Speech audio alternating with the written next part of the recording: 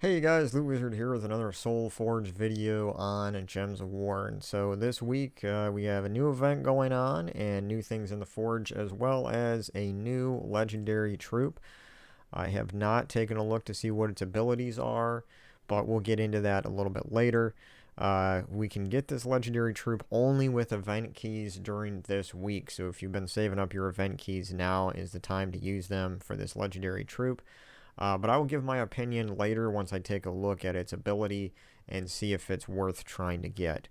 But we'll do our normal stuff first by going to the Soulforge and seeing what kind of weapons and troops we can craft in here this week.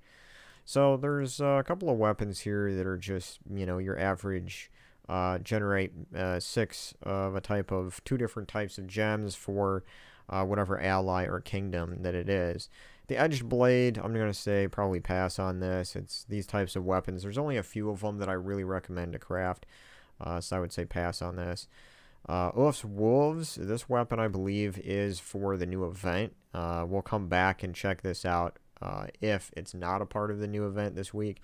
But this one seems to be pretty decent. It does do true damage to an enemy, and if those enemies are undead, eliminate all their armor. It's not like an amazing weapon because the enemy has to be undead in order for it to eliminate all their armor, which is a little situational type of weapon to be used. You don't always know what the enemy is going to use, but if you're doing like high explore battles in, let's say, a kingdom that has undead troops in it, then this could be somewhat useful for that. But I would say pass on this for now. We're probably going to get it over in the event shop with just gems, and I always recommend getting weapons with gems rather than diamonds, because gems you can get a lot easier than you can diamonds. Now this next weapon is very interesting, not so much for its ability but for what it will be able to get us. This weapon, the Blade of Nefertani, is a part of a 3-set weapon that allows you to craft the Duskbringer weapon. So I already have crafted this one here. I can't click on it, so I forget what the name of that is, and I forget what the name of this one here is. But this one right here is the Blade of Nefertani right here. So it's only 300 diamonds, and so I'm going to go ahead and craft that. Now I have 2 out of the 3 that I need to craft Duskbringer. So there was an individual, I forget his name, a couple of weeks or months back that did bring this up to me in my YouTube videos.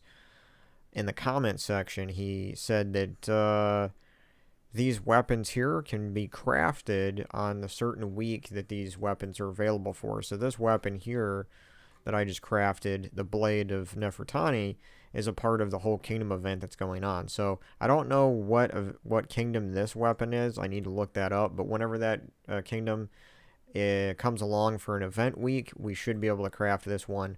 Same thing with this one here. Once you have all 3 of these and you have 1,000,000 souls, the 200 gems, and the 3 celestial trait stones, you will be able to craft this weapon. As you know, Dawnbringer has been a pretty sought after weapon for a long time, and it costs like 1,000,000. I think it's more like 1.3 million souls, just because you have to craft a couple other things to get it. But this one's the Duskbringer, kind of the opposite of the Dawnbringer. Deals damage to all enemies, boosted by purple allies, and then it death marks all enemies. If there's 13 or more brown gems, gain 2 magic. Now I would say this weapon is probably not as good as Dawnbringer. One of the great things about Dawnbringer is that, and as we can take a look here, this one does give barrier to all allies right here. That's one of the great things about Dawnbringer. Duskbringer, I don't know why they didn't do that. Instead, you're death marking all enemies instead of gaining barrier to all allies, which does not make this weapon as appealing to me, which is one of the reasons why I have not really pursued crafting it as heavily. But I only need this one more weapon here, and then I will be able to craft it. Yep. So, Blade of Nefertani right there. If you don't have it yet, I would say craft it just for the sake of if you want to collect these other rare weapons. Duskbringer is one that you're going to need that weapon for to craft it. So that's pretty much it for weapons this week. Let's go on to the troops that we can craft. And I already took a look at all the summoning stones, and the only one, because I want to speed that up a little bit, because the summoning stones are kind of like a long process of clicking on each one. The only one that I see here that has a few good troops in it is the brown summoning stones, which is Ragnagord and No Bend Brothers. So if you really love goblins, No Bend Brothers is pretty good. It gains an extra turn every single time you cast it, and then it'll either eliminate 24 attack from all enemies, or deal 24 damage to all enemies, or explode 24 gems. Now, so you have basically a third of a chance there, 33% chance, something like that for one of those things to happen. But pretty decent troop.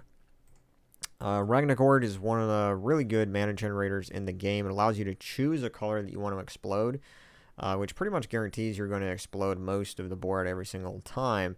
And it does have a trait where it starts with 50% mana, which means you can get this to basically 7 mana cost to start it. So it's really, really great mana generator. I love using it in a lot of different teams. So those are the only two I would say might be worth trying to get in the brown summoning stones. So moving on to legendary and mythic troops this week, we have for legendaries we have Aberoth, Goblin King, Gog and Good, and Krampus. So out of those legendaries, none of them are really good, honestly. Krampus is a weird troop, does have a weird kind of ability here. And again, it's one of these ore troops, so it'll deal damage to an enemy and submerges them, or devour them, or transform them into a demon. So it has like 3 different possible things that are going to happen every time you cast it. And I generally don't really care for troops like this, because for me, I want to be able to predict what's going to happen when I cast my troops. Allows for better strategy, in my opinion, than having something random happen. So that's a weird troop. Gog and Good is terrible. Never use it. Aberoth, sometimes I use it. It's not amazing, but remove all gems, heal back to full, and gain 29 attack.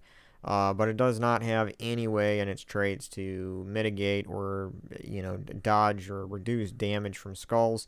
And you're going to want to use it in the top spot because it will be gaining attack every single time. But it can heal back to full health every time you cast it, so that's the only good thing right there. That'll kind of save you some of that skull damage that it's going to receive. Removing all gems is really just weird. Unless you have a storm going, you're not going to get a lot of mana generated from that. Because whenever you remove gems from the board, you get no mana generation at all from it. Destroying and exploding, you do. So this is kind of an odd troop. Goblin King really isn't that great. Removes all gems of a chosen color. Gains 8 life boosted by gems removed. Summon a goblin, gain extra turns. So really the only thing that I've ever used the Goblin King for is if I want to continue to summon goblin troops in my team. That's really the only thing that I've ever used it for. So those are the legendary troops, and I really can't say necessarily that there's one I'm going to recommend, because I don't recommend crafting any of these. They're just bad for crafting. It's not worth the 800 diamonds. So, moving on to mythic troops here, we have Champion of Anu, Phoenicia, Will of Nisha, and I believe I missed one here, Pharos-Ra. So, Pharos-Ra is probably going to be probably number 1 for me to craft, just because for most people playing this game, you're going to need a lot of souls. Souls help you level up your kingdoms, they help you level up your troops. And you definitely need souls in this game. You're gonna be farming millions of souls, and so Pharos-Ra is the best troop in the game to farm souls. Once you fully trade it, you will gain 150% bonus from souls per battle. It's also not a bad troop for doing damage. It's really a good sniper troop. It'll transform yellow gems to purple, so it has a mana generation. It does take purple. It's generating mana for itself. And then it will deal 27 damage to an enemy boosted by my souls, and then it will give you 20 souls. Now that's going to be multiplied by the 150%, so it won't give you just 20. It's going to be giving you more than 20.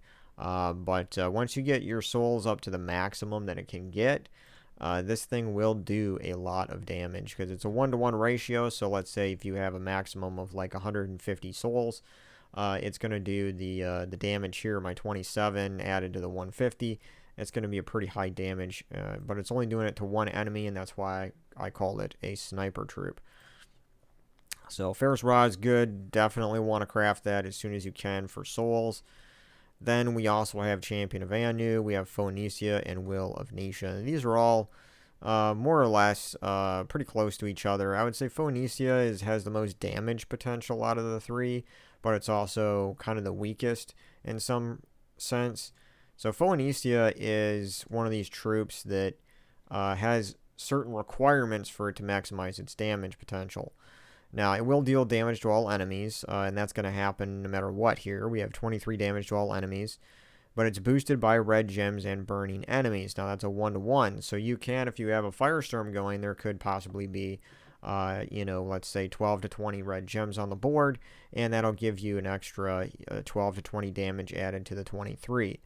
Now, burning enemies is also in there, but you can only have 4 burning enemies at one time, so that's only a 4 extra damage. Now, it does say if there is a firestorm currently, it'll deal double damage. So, really, ideally, what you're looking for is to get, let's say there's 17 red gems on the board. You're going to have, now this would be 40 damage to all enemies, and then it's going to do double damage, so it would do 80 damage to all enemies. And that's why I said there's a couple of conditions here. You want to have red gems on the board, and you want to have that firestorm going when you cast this, because that right there will... It can potentially do around 80 damage to all enemies in one cast. The other great thing is that it does have a 50% chance to burn a random enemy at the start of your battle, which means that you have a little of that extra damage boost going on here just within its trait, because it will give you an extra damage to all enemies based on a burning enemy. Now, the other thing that could be used with this is there are quite a few classes that have a talent at level 100 that I believe is called Fireblade. I should double check that real quick, just because I'm trying to give you guys some ideas here. If we go to class, let's see which one has it. I know there's a few here. Diabolus might have it.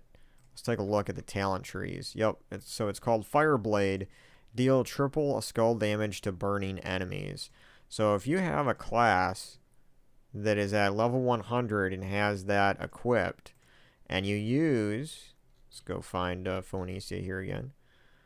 And if you use Phoenicia in your team, you will have a 50% chance to burn a random enemy at the start of your turn, which means if that top troop is burning and you have your class at the top of your team, and you have that Fireblade talent equipped, you're going to be doing a heck of a lot of damage when you match skulls to that. So that's something to consider there as well. A little strategy maybe to use along with Phoenicia. Now, as far as the Firestorm is concerned, we do have a Sunspear class that will allow you to get a Firestorm every single turn. Other than that, you have things like Infernus, and you have, what's that other... there's a mana generating troop that starts with full mana that also creates a Firestorm. So using those types of troops other than the class, you can get a Firestorm going and make sure you get that double damage. So then we have Champion of Anu, which is a little bit above average, I think, as far as a Mythic goes. 22 mana cost, not bad. It will silence, stun, and drain all mana from an enemy, and then it deals damage to them and all enemies below them. So that's a really good thing. Now, it will reduce damage from skulls by 60%, and all blue allies gain 1 to all stats at the start of each turn. Champion of Anu is one of those troops that will shut down an enemy troop by silencing it and draining all of its mana, and then it will do damage to them and all troops below them. And since this isn't technically considered a damage to all type of damage, this can get around the Submerge. Because Submerge will dodge any kind of damage that's done to the entire enemy team. This will not, it's not that type of damage, so that's kind of nice. So, yeah, Champion of Anu is pretty decent. Will of Nisha steals 3 magic from all enemies, then deals damage to them. It's 23 damage for me. This also has reduction of damage from spells by 50%, and then all purple allies gain 1 to all stats at the start of each turn. 22 mana cost. And so this is also a pretty decent troop because it's going to steal magic from the enemies every time you cast it, as well as it's going to be gaining 1 to magic every single turn. Because it uses purple, it'll give itself magic. But works really great when you have other purple troops in the team that are going to gain the benefit of getting 1 to all the stats at the start of each turn. So, now for my evaluation, I would say Pharos-Ra is number 1 this week. You want to craft him, and you definitely need your souls. Now, if you're very end game and you don't need souls anymore, which one of these 3 to craft? Phoenicia definitely has the most damage potential out of these 3, but there's certain conditions that need to be met. And I would probably craft Champion of Anu before I crafted Phoenicia and Will of Nisha, just simply because of its utility of silencing, stunning, and draining mana from an enemy, and then it will also do damage to all enemies below that enemy, and it also has the blue stats advantage here. So I'm probably going to put Champion of Anu above Phoenicia this time, as well as Will of Nisha. Then I would say Phoenicia is probably better than Will of Nisha. So basically, I'm going to go with Pharos-Ra 1, Champion of Anu 2, Phoenicia 3, and Will of Nisha in the 4th spot. Not to say that Will of Nisha is really bad, because there's definitely worse Mythic troops that you could craft. But I just think compared to these 2 here, it's a little bit less maybe. Phoenicia can really pack a punch. You just have to meet the requirements. But Will of Nisha will increase its damage too every single turn. Because it will cast the magic there and steal it. It'll steal 3 magic. So, I don't know. It's pretty close between Will of Nisha and Phoenicia here. But anyway, that's my opinion there on those troops. Let's go over to the shop, take a look at the weekly troop here, Ulf's Mascot.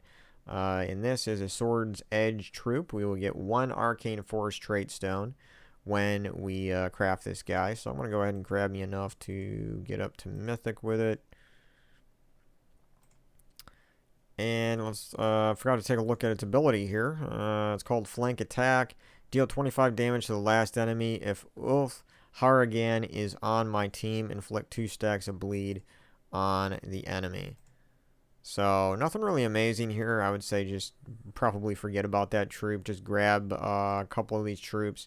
I would say at least purchase 1 for the sake of your kingdoms, and then buy only more of this one if you need the Arcane Force trait stone. That would be my recommendation there. I'm going to grab my Spoils of War here really quick just so I can get some extra event keys. Let's take a look at the event here, Brothers in Arms. Now, wait a minute. Maybe I should go and try to get the legendary troop first, just because I think the legendary troop belongs to this kingdom. Let's check that out. So if we go to chess, event keys, and the legendary troop should be a part of the Sword's Edge kingdom. So let's go to troops, and let's take a look at the kingdom here, Sword's Edge. And where is it? Here it is. Alright, let's show unowned. And yep, there it is. Ulf Harrigan. 16 mana cost. Deal 34 true damage to 3 random enemies. If an enemy is wounded, deal 10 extra damage. And then summon Ulf's Mascot. Interesting. Yeah, that is interesting. I like the fact that it's doing true damage to random enemies. So that's pretty good. I forget what does Tina 9000 do? I'm just gonna check really quick. It does true damage to 3 random enemies, and then it gains 66 armor. Now the damage here is a little higher. It says 33 to 66 true damage. Of course, this is a mythic. And the other one is a legendary troop. So if we just type in here, unowned, there we go. 34 true damage. So it's kind of on a little bit on the lower side of what Tina's doing. But still, I like the fact that it's 3 random enemies. And then if the enemy is already wounded, deal 10 extra damage, so that would be 44 damage to 3 random enemies. That's pretty decent for 16 mana cost. It's a human and a knight. Will reduce damage from skulls by 25%, and then gain 1 to all my skills for each ally with a banding trait. Okay. but it doesn't say each turn, so I don't know. That really doesn't seem too significant there. Traits don't really matter, it looks like, on this one. But yeah, I think it's a good enough legendary troop to try and get. So I'm going to go here, event keys, and I'm just going to open 50 at a time because I don't want to use 200. I think 50 is pretty good here. We should get it, and maybe even the first try. Yeah, look at that. We got it. I usually get pretty good luck with my legendary troops. So, yeah, we might want to use that guy in the current event here because looks like he's a part of that kingdom. Brothers in Arms. So let's go over to the shop real quick. And I was right, the Ulf's Wolves here weapon is available in the shop. So I'm going to buy up to that at least. And if we still need to purchase another one to get our medal, then I'll go one higher. But we'll see. We got 2 badges so far. So we got the new weapon. And there it is, Medal of Defense. So let's go equip the medal real quick. Medal of Defense. It's 160% skull and spell damage, so that's good. Let's go back here. Let's see what kind of team that we can create. So, troop restrictions, the kingdom is Sword's Edge. That is our restriction. So, any trooper weapon from this kingdom we will be able to use. So, right away, the 2 mythics for this kingdom is Champion of Anu and Champion of Guard. Those 2 are both pretty awesome. And then we also have Sir Quentin Hadley. This is a really good troop there as well. And of course, we have our new little troop here. New legendary. I'm going to go ahead and level him up all the way and trade him just so probably a good idea to use him. And he's going to be doing true damage to 3 random enemies. See what else we have available here. There's not a whole lot of great troops in this kingdom, but we do have, let's see, Spectral Knight does true damage. Knight Coronet's probably a good one to use because it deals damage to the first and the last enemy. So that guy might be good to use. And we have one here that explodes gems in a 3x3 cross. Gain 25 armor and barrier. That's pretty good, like mana generator / defense troop. And Sir Gawain creates 8 blue gems and 8 brown gems. That might be useful as a mana generator. We also have Grave Seer, but I don't know, we're not really using purple. And of course, Queen Isabel's pretty decent, but Sir Quentin Hadley I think is better. And of course, we need to look and see what kind of weapons we have available. So base rarity. And if you want a weapon that's going to generate some mana for you, Anu's Scepter is really good. Other than that, we have not too much. There's this weapon if you want to do true damage. Then we have Secrets of the Crypt, which I probably will end up using because that's a pretty good troop here. And I'll probably do something like that. And this is going to generate blue and red. So I think I'm going to use a banner for blue and red. Let's see what we got here.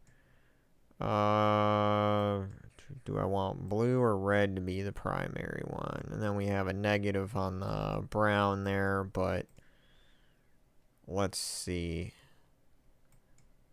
We could do that. We could just use Champion of Anu down there. Now, the other thing, a Champion of Guard is going to be giving red allies 1 to all stats at the start of each turn, which is that our weapon is red, and Champion of Anu down here is red, so they're going to be getting that.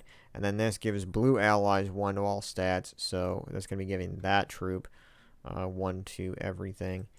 It's just kind of unfortunate that whether I go the double blue here or the double red there, we're going to have a negative to one color. Green will be a negative for Champion of Guard, but the brown is a negative for Ulf Harrigan. So it's interesting. But we'll go with the double red blue, I think.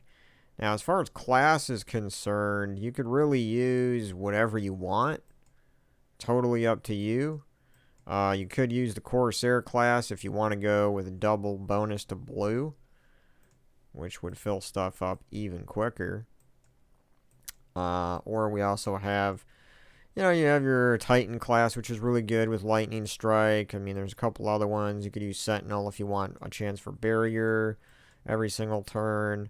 If you want a Firestorm going, you could use something like the Sunspear class to get red Firestorm going on that.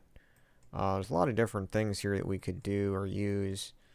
But I think I've been trying to level up the Assassin class, so I might just go with that. And see here. I could go with the Corsair class, though, get that double the blue. I think I'll just go with Assassin. Why not? I'm trying to level that one up to 100. So, yeah. And since we bought some of that stuff in the shop, we have a bonus potions here. Potion of Explosion, Enchantment. So this got full already. We'll just go ahead and use that. Man, that really just destroyed those three. Those three troops. That looks like a pet just got captured. But yeah, even though the damage is skull and spell, most of our troops are spell. So that's probably what I'm going to focus on. But if you wanted a skull team, I would say go with Sir Quentin Hadley. Like, that's probably going to be your best bet with skull damage for this kingdom.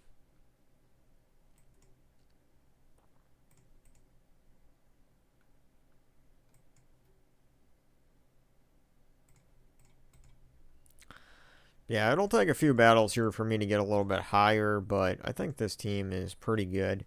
Looks like the new legendary troop is already doing the most damage out of everything. There we got that. We can do that. Just kill everything because we're getting 160% spell damage. When I hit these legendary rooms real quick. But yeah, so far, it won't be a bad event because we actually have some troops here that we can use.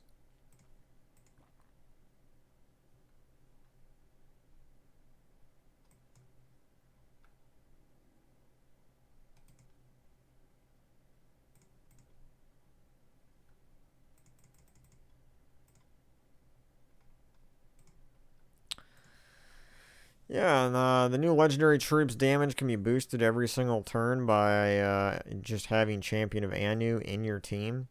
That's why this Mythic Cure is actually pretty good. I don't know, I don't hear it talked about quite a lot, but it's a decent troop. It can really shut down the enemy's team with that silence and mana drain, and then on top of that, it is going to increase its own damage every single turn. Wow, we just destroyed so many right there. 3 without even doing anything. That was crazy.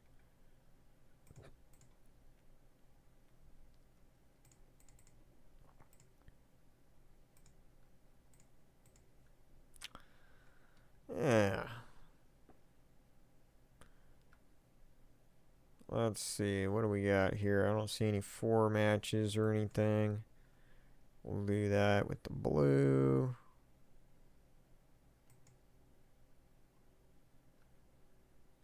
And we'll take another blue. We'll use this. That killed 3 of them. That was pretty quick. And then I'll use this, 41, and that took care of it. So let's go ahead and try something a little different here. Instead of using Champion of Guard up here, let's put that in the top spot, and then let's see, what other troops do I have here that are blue, so we can utilize the Champion of Anu here.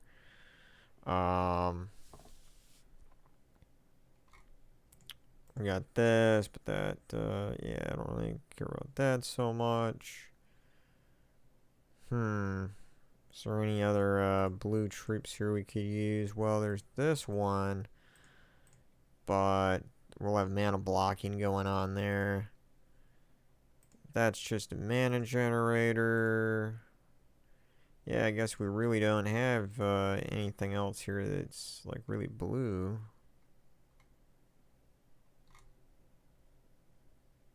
Okay. So, we could do Sir Quentin Hadley, convert purple gems to yellow, green. Okay, we could try that, and just keep Secrets of the Crypt at the top. Yeah, we'll try that. And we'll get some skull action going on with Sir Quentin Hadley.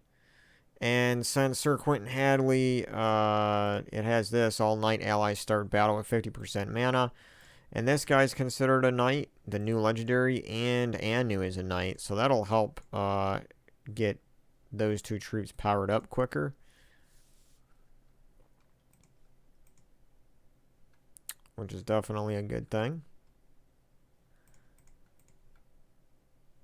And we didn't even get to use Quentin Hadley there, but passively it helped power up the other ones. So as you'll see really quick over here on the left side, you'll see the mana go from 0 right here at 0. And then they all start with half mana there. So that's pretty cool. And we have this. Let's see if we can get some skull matches. Well, we can do that. And then we got that. So it didn't happen right away, but Sir Quentin Hadley is pretty good with a little bit of mana generation. And then it creates those skulls. And it also gives you the starting mana for the other knight troops.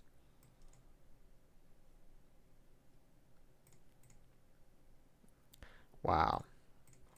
Yeah, I'm liking that legendary troop. It's actually pretty good. Pretty good.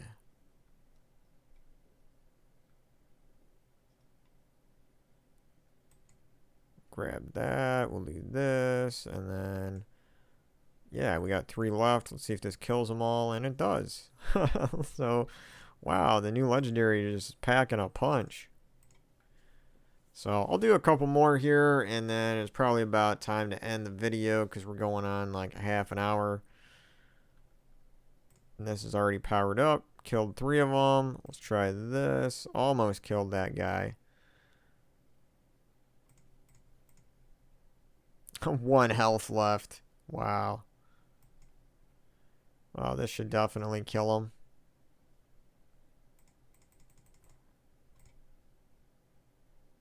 Alright, we got some level 100 rims. Let's do one of these, and then I'll have to call it a finish for the video. Alright, we can use a skull right away there. Let's see. Convert purple gems to yellow, green gems to skulls. So we don't have really any skulls matching. So I will just go ahead and power up this guy. Killed 1, almost killed the 3. Champion of Anu's powered up. We'll do that. Take care of that guy. And then, boom. So yeah, I like this team right here. This is a pretty good one. So if you don't have Champion of Anu, but you do have Sir Quentin Hadley and the new legendary, you could replace Champion of Anu with probably Knight's Coronet. You will have some mana blocking going on there with Sir Quentin. But if you don't have Sir Quentin Hadley, you don't have Champion of Anu, I would say throw in Knight's Coronet and then whatever you want pretty much in this last spot. Pretty much whatever you want. Like this does true damage. You could do, I mean, there's mana blocking between that and the Secrets of the Crypt, but you might not have Secrets of the Crypt. In which case, you know, there isn't really a whole lot of options that you have here. Cane Sword is interesting, but let's see. Instead of Spectral Knight, what else do we have in here that we could use? I don't have anything with green yet, but this here, wow. Well, we got this. We could do that right there. Let's just give this a go real quick. I know I said I was going to end the video, but I'm just trying to give you guys a couple other ideas here maybe you could do if you don't have those other mythics. And Knight's Coronet is now powered up. Let's go ahead and use that. Doesn't do true damage, but still packs a punch. We're going to do the legendary. Then, of course, this here is going to give attack. Deal damage to the first enemy equal to the ally's attack, then give 25 attack, and then 3 to 8 mana to all other allies. So we did that, cast that. So that's a team that you could possibly use as well. So that's all I got for you on this video, guys. Thanks for watching as always. I appreciate you, and I'll catch you on the next video. Later.